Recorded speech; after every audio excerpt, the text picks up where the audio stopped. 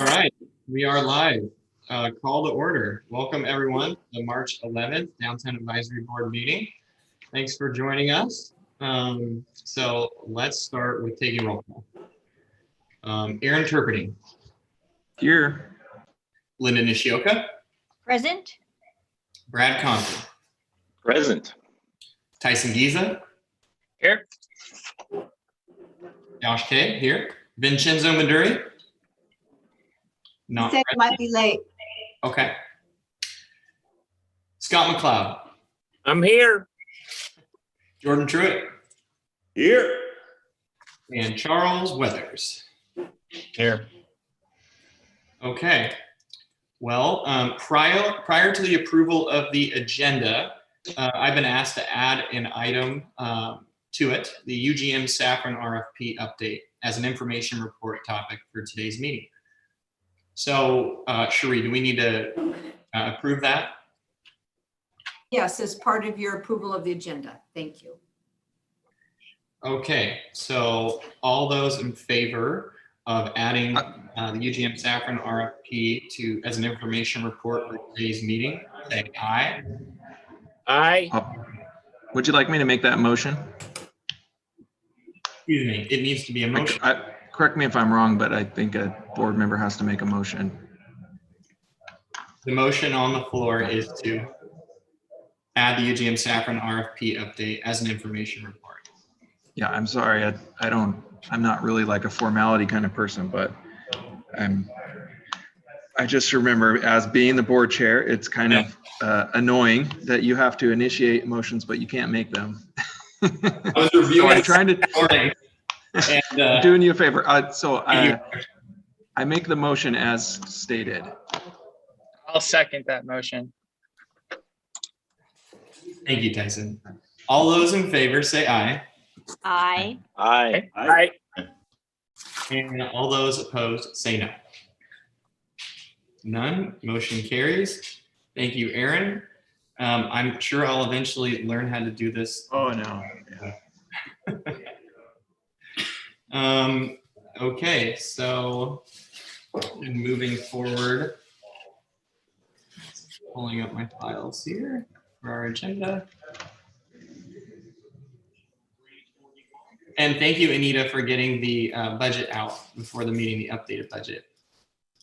Appreciate that. Okay, now approval of the minutes from our February 25th meeting. Move to approve. Aaron moves to approve. I'll second that. Thank you, Tyson. Yeah. Motion carries. So, action items, downtown advisory boards. I think you need to do all in favor yeah. again. We have to vote. Yeah, you had all in favor, Josh, for the minutes. All in favor, say aye. Aye. All opposed, say no.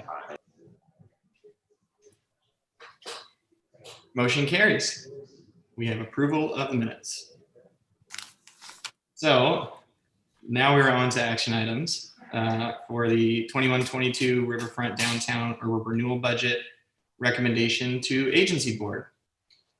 So Cherie, do you want to kick us off? I can do that. So on March 3rd, I sent you all an email with the budget that Anita sent you again today. And basically in that email, I told you that the budget included the following changes that you guys had discussed at the last meeting, and then one that we hadn't discussed, but I was updated on. So one was a 1.5 million increase in streetscape. That was based on my conversations with public works staff about them having the capacity to expand the scope to be both sides of a street going forward in our phases. The second one was increasing the adaptive reuse consulting services budget by $50,000. And then the one that you had asked for as far as removal of the Marion Parkade glass replacement project. The recommendation for that was because we're probably going to have some ideas that come out of the Parkade Consulting Services. And then the other one that I think is gone is the the Portland Lou, should be gone. Yes, the Portland Lou, after all this was done, I was told that because the Parks Department is struggling with just doing the maintenance on what they already have for public restrooms in parks, that they couldn't take on another project like the Portland Lou, so it's removed from the budget. Other than that, everything's exactly the same as what we discussed at the last meeting. So everything that you suggested has been incorporated, and then that additional removal of the Portland Lou. Any questions?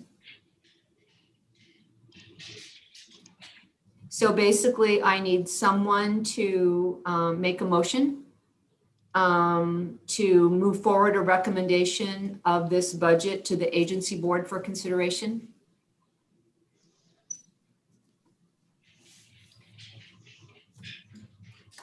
I so move that we move this budget forward. Second. All right, the motion on the floor is to move this budget forward as proposed. So all those in favor say aye or yes. Aye. Aye. Aye. All those opposed say no. Motion carries. Thanks for all your work on this, Sheree. Yeah. Thank you. Thank you, guys. You had some great ideas, and again, unlike the other budget that we had to talk about, this one is very positive, and I appreciate all your support. So the other item I wanted to talk to you about under information reports is what I sent you yesterday. And basically, as I shared in my memo, I had a subcommittee of Tyson and Linda, who I met with last year, and we came to the board with giving you some background information on, you know, what an RFP is, what that process looks like, in anticipation of moving it forward for redevelopment for the UGM Saffron site. And so I've been working on that, and I wanted to check back in with you on a couple things that have changed a little bit from what you gave me for your priorities, because you might remember that you all completed a survey and then we ranked them all. And then we took a look at the scoring to look at what you guys had consensus on regarding what you felt was most important to make sure that we incorporated into the RFP in regards to expectations.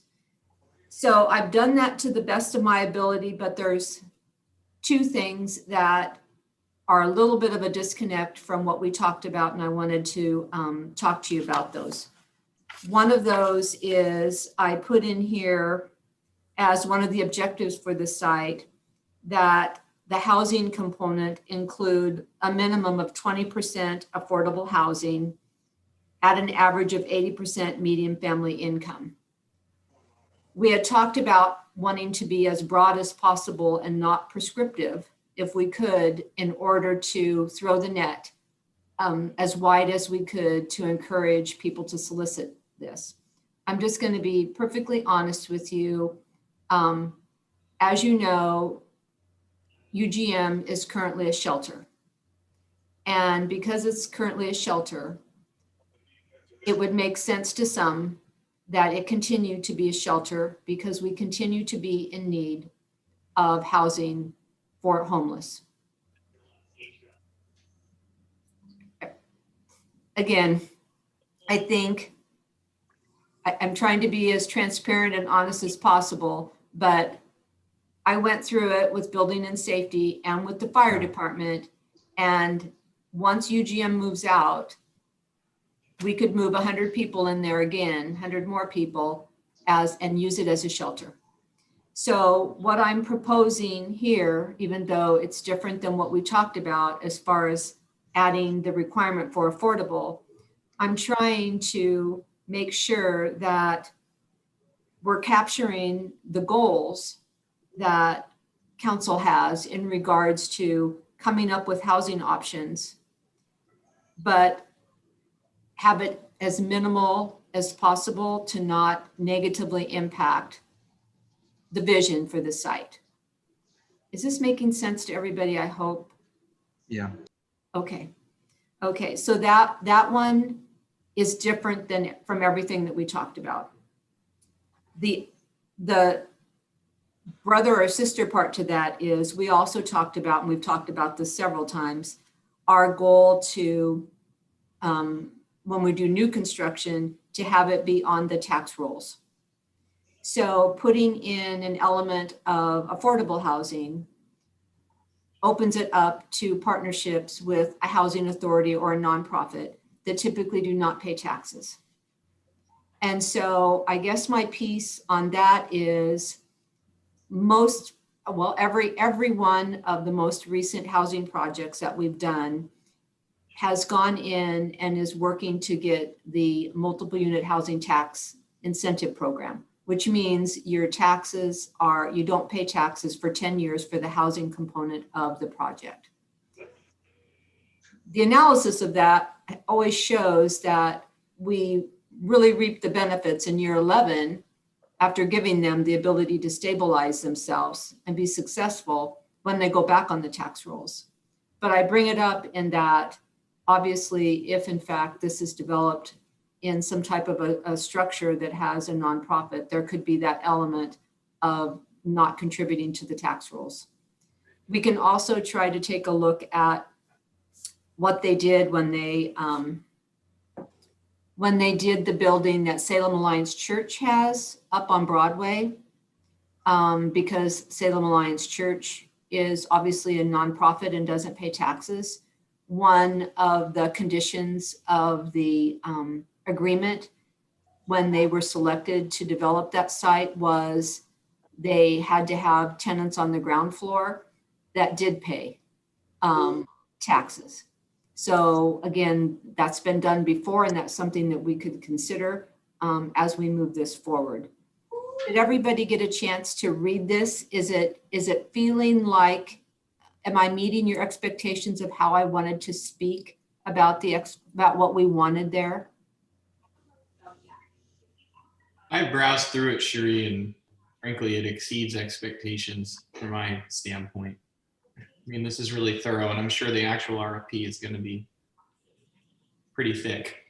They're big, but I really wanted to, again, because I'm being asked to take this in front of the agency board before I move it forward, to make sure that what I have for objectives are going to be supported, because again, 20% affordable at 80% is probably the minimum that you could do to actually say you want to have affordable housing, if in fact there's people that would like it to be a shelter. So I need to check in with them before I go any further, because these documents are big, to make sure that this is going to be something that they support too. Kristen feels confident that it will be, but that's why I can't really give you a perfect timeline, because I need to do that first and then I'll take off running. I also put in here, you probably noticed that who's ever selected needs to build into their timeline coming back and, checking in with you. Obviously, I can give you updates, but I wanted to make sure that they acknowledge that you're a part of this too. I think it looks great. Oh, I think it looks great, Sheree. I was just going to comment. First, a question. How much, again, did we agree to pay for this property? I have a number in my mind, but. oh, Erin, that's a really good question. And I didn't even think about, I'll Obviously, we've already bought saffrons. Yeah. Well, it's okay. It was a lot of money. Saffrons. Yeah. And I think and that must have been over $2 million. Mhm. Because there's 10 parcels in total to all of this project. And then UGM Yeah. is about 2 million too. And I'm gonna be honest with you now that I'm up to my eyeballs in looking at this. Because I think one of you asked me this question when we were looking at the budget last time. ABC Music's building Mhm. is sandwiched between two of our parcels. So it's probably hard to realize that because it's like 5 parking spaces right at the alley, east of the alley. And then you have ABC Music, and then you have Saffrons. And so I had a real frank conversation with Kristen about that was going to be weird. That would be really weird. And so, of course, as you know, certain things are confidential until they go in front of the agency board. But the question that was asked at the last meeting about the use of our acquisition funds and how we might, I mean, the Emerson's building is different because it's kind of on the other side of Putney's. But this one, sandwich, that would just be really awkward. No, that's what I wanted to make a couple points about I don't know, from my standpoint, downtown is making, and the URA is making a huge investment in the new shelter, which we've supported in many ways, and it's going to be great. But as the largest UGM, as far as I know, in the nation, at least in the on the West Coast, I think we have a good number of beds, shelter beds downtown, and so I'm just kind of making a general comment about, in my opinion, for our city as a whole, for downtown's health, and also for the health of those who are looking to be sheltered, who need to be sheltered. I think it would be better to spend money in other parts of the city to provide shelter rather than continuing to concentrate too many people in one location. It's not good for our city as a whole. It's not good for downtown. It's not good for those people. It's not good for them all to be herded into one small area of our city. The other point, though, that I wanted to make was that I don't think that would be a good use of money or property to retain that as a shelter. We could buy a shelter for a much lower cost on much cheaper dirt in other parts of the city. Downtown is some of the most desirable land to develop. So I guess I'm just saying I would be strongly opposed to the concept of retaining that as a shelter in the long term. That's well said, Aaron. I can appreciate the pragmatism of saying there's a shelter there, it's now become available. But if you just look at the objectives for site development on page 2, this whole process leading up to this point serve as a catalyst and model for the revitalization and redevelopment of key formerly underutilized sites. So the whole philosophy behind this is to redevelop the site. Just to repurpose it for the original purpose is just counterintuitive. So I would agree with your very diplomatic version. So the constraints that Cherie is now under is because the city council is focusing in on ways to mitigate homelessness and trying to find shelters. She has to try to add a bit of this information so that it can be acceptable. And so that's what Cherie is so, she's really trying to fulfill what the politicians are requesting and what the agency board is probably going to really look at. And she's been kind of encouraged that the 20% that she's saying may be able to be accepted. So this was something that she and I did discuss at our subcommittee meeting. And I think that she has skillfully devised a way to fulfill some of the political requests, I guess would be the best way to say it. I don't know, Cherie. I think everybody's understanding what I'm saying. So I think that we all agree that we would not like to see homeless housing go there, but housing that might be appropriate for a lower income. And then that meets some of the criteria that the city is trying to fulfill. Anyway, not well said, but at least I think you get the gist of what I'm trying to say.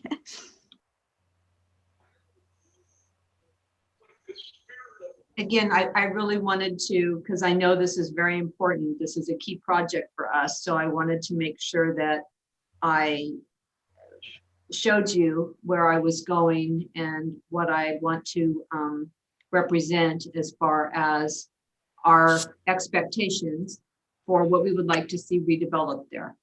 And if you guys thought I really tried hard to take all of those items that were in the, that were scored and ranked and represent them in here in some way. But if any of you felt that I missed something, I wanted to give you a chance to put that out there for us to talk about.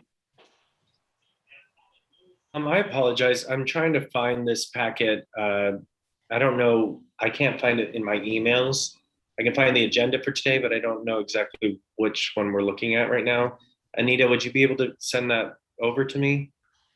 Sure. Thank you so much. So basically, Vincenzo, we're talking about what we would like somebody who's interested in buying the UGM Saffron site. Basically, what we're talking about are those things that we want them to think about and build into their projects to be selected as the successful candidate. That's what it is. So basically what Josh was talking about, there's like 8 objectives, key objectives that we want to see somebody incorporate or think about when they give us a project for the UGM Saffron sites. So that's what he's referencing. So basically it's me touching base on those things that you guys scored on back in September that said were important to you to see. And then I did more just because you guys were generous to give me some. And then I just added some additional details to those elements. But again, what wasn't in there was what I was talking about as far as the affordable housing. And that's what Linda's talking to. Okay, awesome. Thank you. And So, I'm sorry again, Josh. So if we can approach it where we're saying 20% affordable housing, that's a wide range. And this way, the agency board might say, yes, this is great, instead of saying, we want the whole site as a homeless shelter. So we need to, I think, my recommendation is that we would move this memo forward as Cherie has creatively written, because I think it will touch the bases that they're wanting, but still leave it quite, or at least open-ended enough that you'd hopefully see a development that would only utilize that 20% of affordable housing. And we don't need a motion or Nope. anything. You're just, okay. No, basically, if you guys are okay with this, the next thing for me will be to put it in a staff report and take it to the agency board. So thank you so much for reading it and understanding what the couple things that are different. And I will keep you posted as I move it along. I mean, the good news is that I already have received emails from people that are interested in responding to the RFP once it's posted. So it doesn't really get better than that. I have like 5 or 6, and a lot of them are very sophisticated, very experienced housing developers. That doesn't mean we don't have those local, but it's not really local. It's out of the area, which is kind of exciting in some ways too. So That's again, really good. it's Encouraging. I mean, the thing that's interesting is that, like all things, it seems like when somebody goes to do a project, this particular site, like I said, has 10 parcels, and it's in the central business district, which is great because that's a very broad zoning. It allows a lot, but on the east side of the alley is an overlay for retail office, and with that comes design standards. And on the west side of the alley is Front Street overlay that has design standards. So I see Aaron, yeah, okay. So, you know, that in itself will be interesting for somebody to navigate through, because every overlay you have, actually, I think the Front Street overlay was, because you had that for Paul's project, didn't you, Yeah. Aaron? Yeah, that's where we found out that the streetscape standards were not in that were not part of that overlay, but you were nice enough to incorporate them anyway, even though technically you did not have to. So I'm not a Yeah, developer. it wasn't me, it was Paul. It was Paul, yeah. And well, Paul's lives close to. Yeah, it's great. He's a nice guy. So it's interesting to see how those things play out also. Yeah. And it's also in the historic district, so there's No, going to be. it's not, thank goodness. Oh, it's not. Oh, that's good. Okay. No, it's not in the historic district. So again, I know you're in Hawaii, Linda, so we're gonna make this a fast meeting for you. So I don't need any action on that. And does anybody have anything to share in the what's happening downtown? I actually had another question on this. Okay, sorry, Josh. No, it's okay. And Linda, if you need to go at any time, you can take off. You mentioned the design standards, and that's really not where I live, at least. I'm more on the analysis of what would be highest and best. That's really Aaron's field, but I know one of the biggest inhibiting factors in an urban environment is height restrictions. Is there any height restrictions, and does it differ on east or west of the alley within those 2 overlays? I don't know, but I'll add that to my list, because the more I get, because that's not like you, that's not my wheelhouse. There's another department. But I will be interested in learning as much as I can, just because I want this to be successful, because intuitively that would be strange that I couldn't I don't think, build the same. sorry, I'll interrupt. I don't think there's a height restriction, at least not in the, on the Front Street overlay zone, and also Central Business District, same zoning as the Courtyard. There's no height restriction. There we go. See? That's why it's nice to have the right board members. Thank you. Despite rumors out there. I thought no higher than the Golden Man. That's just a Urban folklore. yeah, doesn't exist. Well, that's great, because the higher you can go, and I'm not saying Salem could support a skyscraper, but it's all relative. But you'd like to see a mix the office environment right now, office leasing environment is going through a adjustment period, and retail is still kind of also going through its own evolution. But we know from public survey data that a grocery store is really desired, but that's serious space and expensive space. And like we talked about at our last meeting, home ownership, besides just rental apartments, should be a priority too. People to actually own the space that they're in. But developers, it sounds like you're already getting good traction, or at least feedback, even before. I mean, it looks like it's estimated to go out, the RFP, June 2021, which is coming up here really quickly. Developers have a really pragmatic way of seeing what will pencil for them. So really excited about this, Sheree. This is just awesome work. Yes, well, obviously I work right here and I look at that every day. But again, it's in such a good location with respect to exposure to West Salem and everything else. I think it could really pop some stuff if it's done right. So I'm very excited about it also. So now, Josh, you want to hit the next item for me Sure. on the agenda? My agenda, I've got 3 screens here. It's hiding behind this. What's happening downtown? Does anybody have anything happening? Aaron, I really like your the structure, the roofing structure in the park. Nice. Yeah, it's exciting to see it go up. I can see it right here. The Tinsel Fabric roofing is set to go on in the next few weeks. So not this coming week, but the week after, their crews will be out there getting started. It might take them a while to get all the rivets and connection points all put in there, and then the fabric will start going on. So The framing structure is impressive. yeah, it's fun to watch. Question about that. And this is probably a question that I should have asked a while ago, but I was looking at the ground plans and whatever that, because we're talking about the amphitheater, right? Yes. Right. Okay, so I just want to double check. Is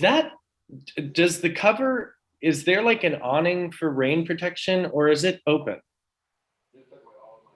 It has a Tinsel Fabric roof that is waterproof. So Oh, okay. if you've been to the Denver airport, that seems to be the example that most people remember. Okay. It has, they have they're supposed to be kind of like mountains, but anyway, Yeah. It's like a whitish Right. Tinsel fabric that actually does shed water. So Okay. it's basically a stage cover is what Right. it is. Yeah, I So- just wanted to double check because it was something that I guess I've had in my mind for a long time, and I figured you guys had thought about that, but I just wanted to make sure that it rained a lot here. So Yeah. The thought is that Vincenzo, if you had a smaller event, say 100 people or so, they could all actually sit under the cover itself, and you could have a small sort of event. yeah, But- and I've already gotten in contact with the people who are booking it and whatnot. So what are you thinking? What's kind of timeline still? I'd like it for July. So Oh Yeah. yeah, the structure will be done by then. The big question mark is the Right. grass. Yeah. So they haven't planted grass yet, right, or in the front lower bowl, so to speak, of the amphitheater, Mhm. because of all the trucks and stuff that are driving through there. So I can't give you the answer for sure because it's going to be up to the city, Right. as far as booking and all that. Right. But the structure itself will be done here in the next couple months. So it would be more than ready by summer. But like I said, it's more of a question about the grounds and whether they're ready or how they handle that. I don't know how Yeah. they're going to handle that. Yeah, and I've been in contact with all of them, so that's good. The only other thing that I want to tell everyone is that if you have kiddos ages grade 1 through 5 who are interested in being a part of a production, we're doing a version of Snow White. It's a 20-minute show, and we are hoping to fill 2 groups of 20 now that the guidelines have shifted. Right now we have about 15, and so we're just looking to fill it up. So go onto our website and it has all the information. Free of cash and redo your kitchen/home office. Yep, we got fixed for that too. I mean, I remember hearing about the grass. Can't you do like artificial? You got to talk to the parks folks at the city, Josh. That it's up to them. So I mean, I love the look and smell of fresh cut grass. Big grass guy, but maintenance. So, you know, I don't know. For when, you know, the parties are happening down there at the amphitheater. Really excited actually having concerts and events and shows. Vincenzo, that's maybe a good question for you. Have you heard any feedback on when they're going to be when we're going to be able to sit down in the Grand and watch something? Anything? Oh, no, we have no idea. I mean, if it's up to the people in charge, we're going to be the last things open. So we'll see how that all pans out. But you know, we will keep doing what we need to do. And I think that it's starting to seem like it's getting more and more loose because of good things happening with the numbers and whatnot. So we're hoping for the best. But we'll see. I don't know. I had one other question. I'm sorry to kind of bombard, but Cherie, when do if people have applied to be a part of the Downtown Advisory Board, is there like a certain time or like when do they get approved or not? I think we talked about this before, because you had somebody from your Enlightened Theatrics that had From the Grand. submitted an application also. So the boards and commissions group meets when they choose to meet. So that timeline is dictated by them, probably based on what they have to review. Okay. You know, I know right now there's a lot of interest and expectation that boards be as diverse as possible. And so obviously we have a board that it would be nice if we had probably more age diversity, gender diversity, ethnic diversity. And so I think that that is part of what they're hoping to try to encourage now when they're building the boards. Yeah. And no offense to you gentlemen, but we are heavy in one gender and in an age group. So so I Bunch think of puppies. well, and you know, everybody brings different things to the table depending on, you know, those different categories. So I think that might be playing into it too, Vincenzo. Yeah, I mean, that was my big thing. I mean, again, not to put anyone down. I was just like, wow, we got a lot of guys in here. So maybe we should get some more ladies and some other people. We have 2 vacancies, right? We have 2 what? Vacancies? No, I think we have Or is it 3? we have Hillary's and we have Dana's. Okay. And Brad's. And Brad's, that's right. I see Brad's name there. So I think if he's still on, but yeah, Brad's. Oh, okay. And then we have to think about those individuals that will be terming off too. Aaron leaves us at the end of the year.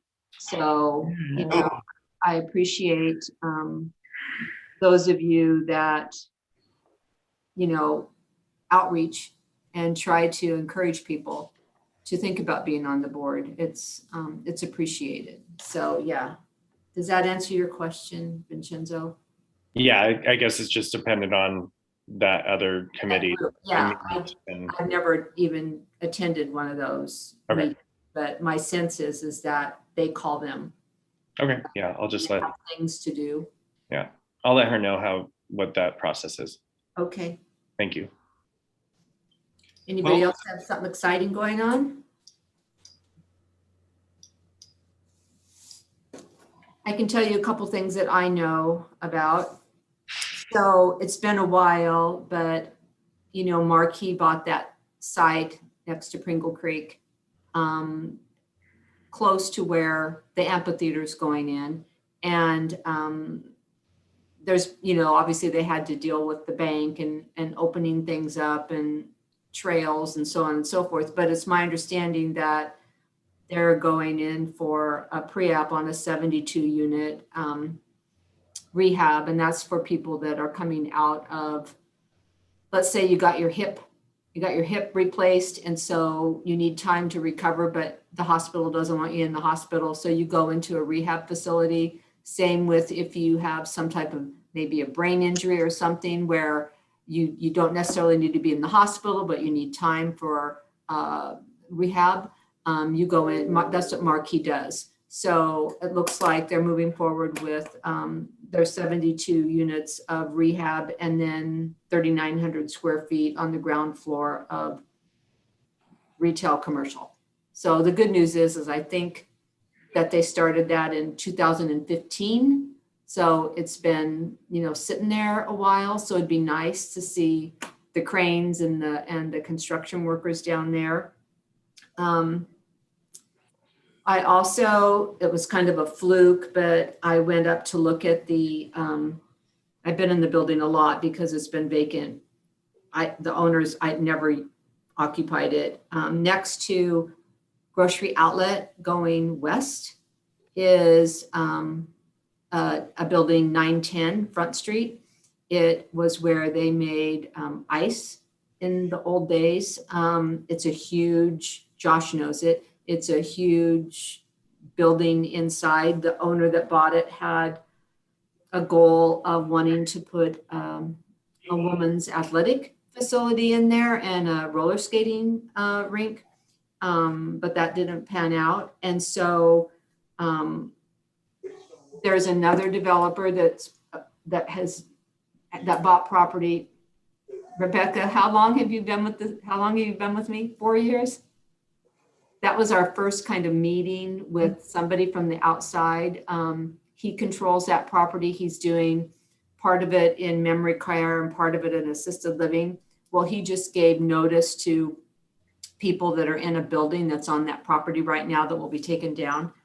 Excuse me. And so that seems to be moving forward. So the person looking at buying 19 is a potential owner user of it. And that would be another thing that is happening in the midst of all this. So that is very exciting. The other thing I wanted you to know is, I think I've shared with you a couple different times that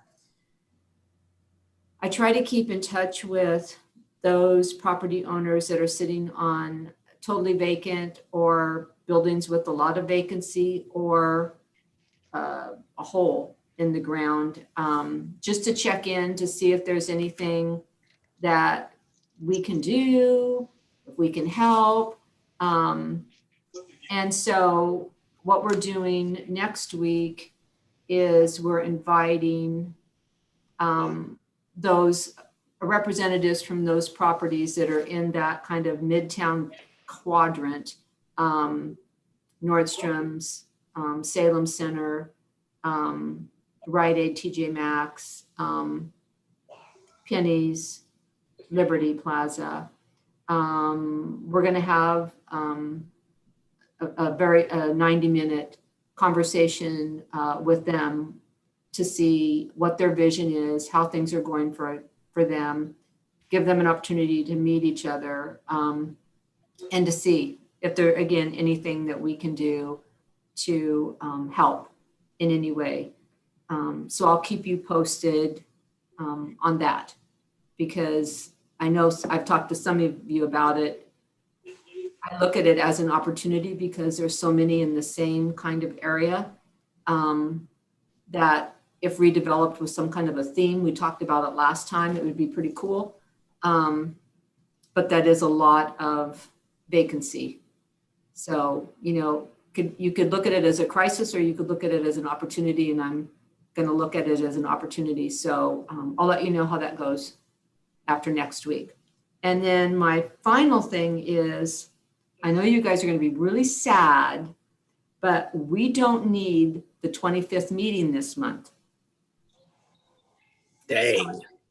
Huh? Oh, Yeah. I knew you were going to be sad. So anyway, for planning purposes, we wouldn't have the meeting because we had this one in order to get the budget recommendation in on time to Cali, but we won't be having one on the 25th. And then we'll just go back to our regular schedule in April. It would be the fourth Thursday, the 22nd.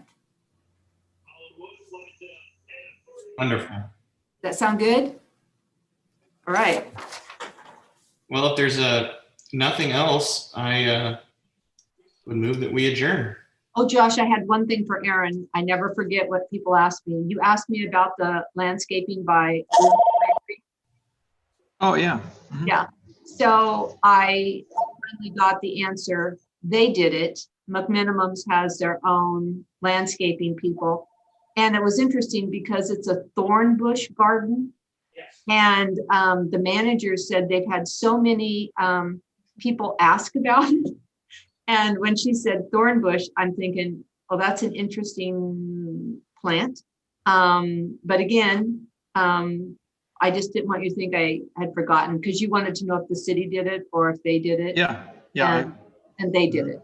Thanks. Yep, you're welcome. So Aaron, you might have to put thorn bushes in other building structures as part of your landscaping. Well, I will say McMenamins usually has pretty cool landscaping, so I'm sure it'll look good in a couple years. And I do want to say directly to you, Aaron, that if you so have time and would be entertained to come and join us, even if you leave us, the Downtown Advisory Board, your insight would be incredibly helpful. Sure, of course. Maybe I'll be like Dana and hang around for a little while. That's kind of what I'm asking. Be a Dana and hang around for a while. Or Brad. Or Brad. Or Brad. Don't Yes, Oh, Brad. that's true. Yeah. Don't go that far, Aaron. Don't go that far.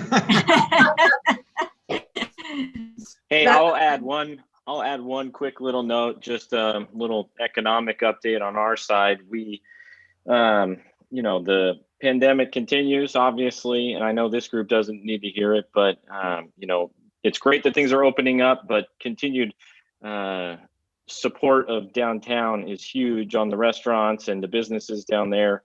As someone that's seeing a lot of the numbers, it's scary at times, but things are really looking positive, which is great, but they just need continued support from everyone. I know you guys already do it, but the more we're all telling everyone we know to keep coming downtown and shopping downtown, it's making a good impact. Our little bank, normal month we would do, $20-30 million in loans, whatever. And we ended up doing 90 million in the first round of PPP, and we've done almost 40 million in the second round. And, that's the vast majority is right here in downtown. And so there's a lot of stimulus money that's coming in. It's great. We love to be, a partner in that, but there's definitely still significant stress around. So we hope everything, we all want to get out and enjoy the restaurants and the theater and want to get out and support everyone. But just, the more that we can be talking about it and drumming up the interest, it's going to go a long ways. We're actually at a point where we have 2 positions posted. We're expanding our team and hiring to just keep up with it, which is a great thing. Wow. And so there's some good growth going on in the midst of this, which is great. On the residential side, there's, still pretty low interest rates. In the housing side, in the commercial market, a lot of lenders have tightened up, just fearing what's going on, and potential appraisers are nervous. As Tyson can attest to, in terms of what's going to go on the commercial side. We see that numbers coming in lower than anticipated almost across the board, but it makes sense. You just don't know what's going to go on. When we got through the first round of stimulus, no one anticipated a second round of PPP. And yet there we were. And so then it's that maybe if anything takes a dip for the worse, there's a third round. You never know. But the more we can just continue to advocate for and support our downtown vendors and businesses, it goes a long way. So we've seen the waves of when the pandemic hit things, and then we've seen our community rally around it. And it's been a really neat thing to see. So just my quick spiel on things look pretty positive right now, but without, everyone continuing to go out and support them, it doesn't always go that way. So I just excited for our downtown and just hope to see continued investment and continued support for the businesses. So appreciate all that you guys are doing for advocating for downtown. We appreciate you too, Brad, and your bank. Thanks. Thank you, Brad. Yes, thank you. Well, if no one has anything else to contribute, I would say that we are good to adjourn. Thank you. Yes. Thanks, everyone. Everybody. Have a good weekend.